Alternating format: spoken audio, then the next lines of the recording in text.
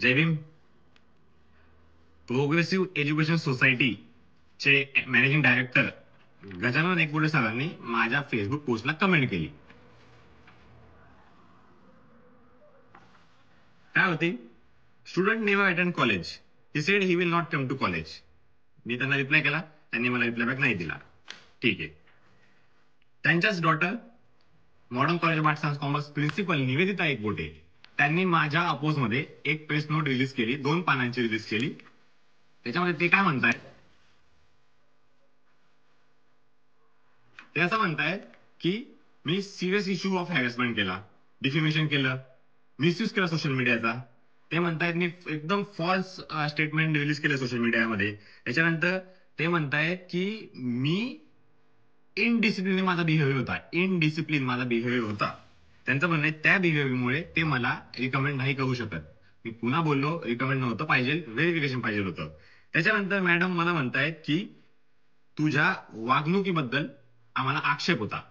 ठीक आहे. दुसऱ्या पानात मॅडम मला म्हणतायत की मी बाबासाहेबांना खूप मानते, बाबासाहेब माझे आयडियल आहेत, बाबासाहेबांचं इक्वेलिटी, एज्युकेशन, सोशल जस्टिस याच्यावर मी चाललेली आहे. माझ्यासोबत काय झालं मॅडम?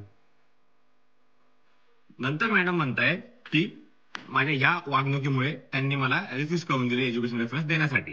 ठीक आहे. मी त्यांचा या डिसिजनचा रिस्पेक्ट केला.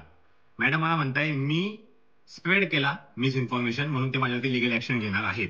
या मॅडमचं प्रेस नोट आहे, तुम्ही मॅडमच्या ऑफिशियल वेबसाईटवर जाऊन, ऑफिशियल फेसबुक पेजवर जाऊन तुम्ही बघू शकता. हे सगळं झालं. मी पुन्हा दाखवतोय लेटर ऑफ रिकमेंडेशन. साहेब आणि मॅडम म्हणता आहेत की मी डिसिप्लिन स्टुडंट नव्हतो. हे आहे लेटर ऑफ रिकमेंडेशन.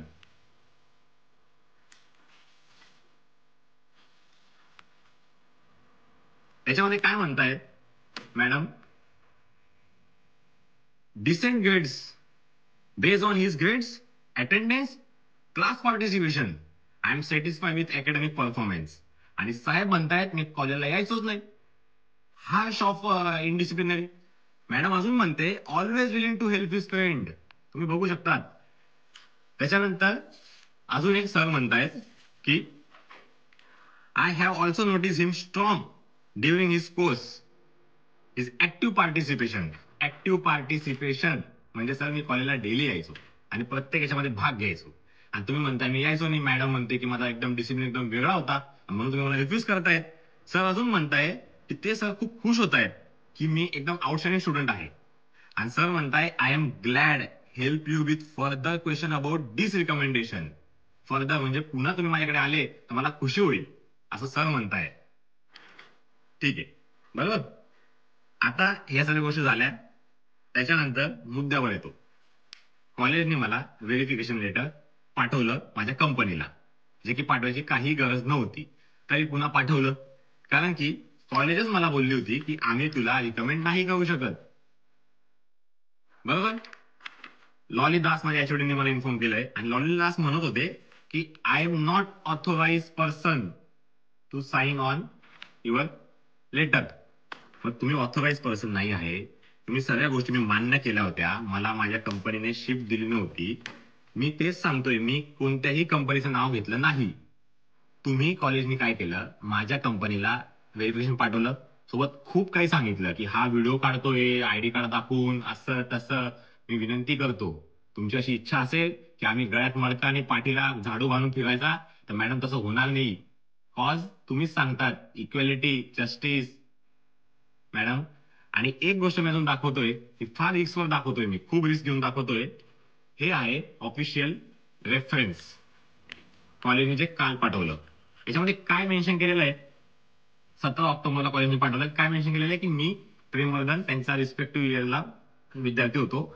आणि ते असं म्हणतायत की the relative information as asked for the police department. After verifying police department will inform you immediately. याच्यामध्ये पोलिसांचा काही संबंध नाही मित्रांनो. मी हे फार रिस्क घेऊन सांगतोय. उद्या उठून कंपनीने माझ्यावरती काही ऍक्शन घेतली, त्याचे पुरेपूर जबाबदार राहील modern college of arts and commerce, Nivedita Ekbote, Sardesai madam आणि लॉलीदास मॅडम.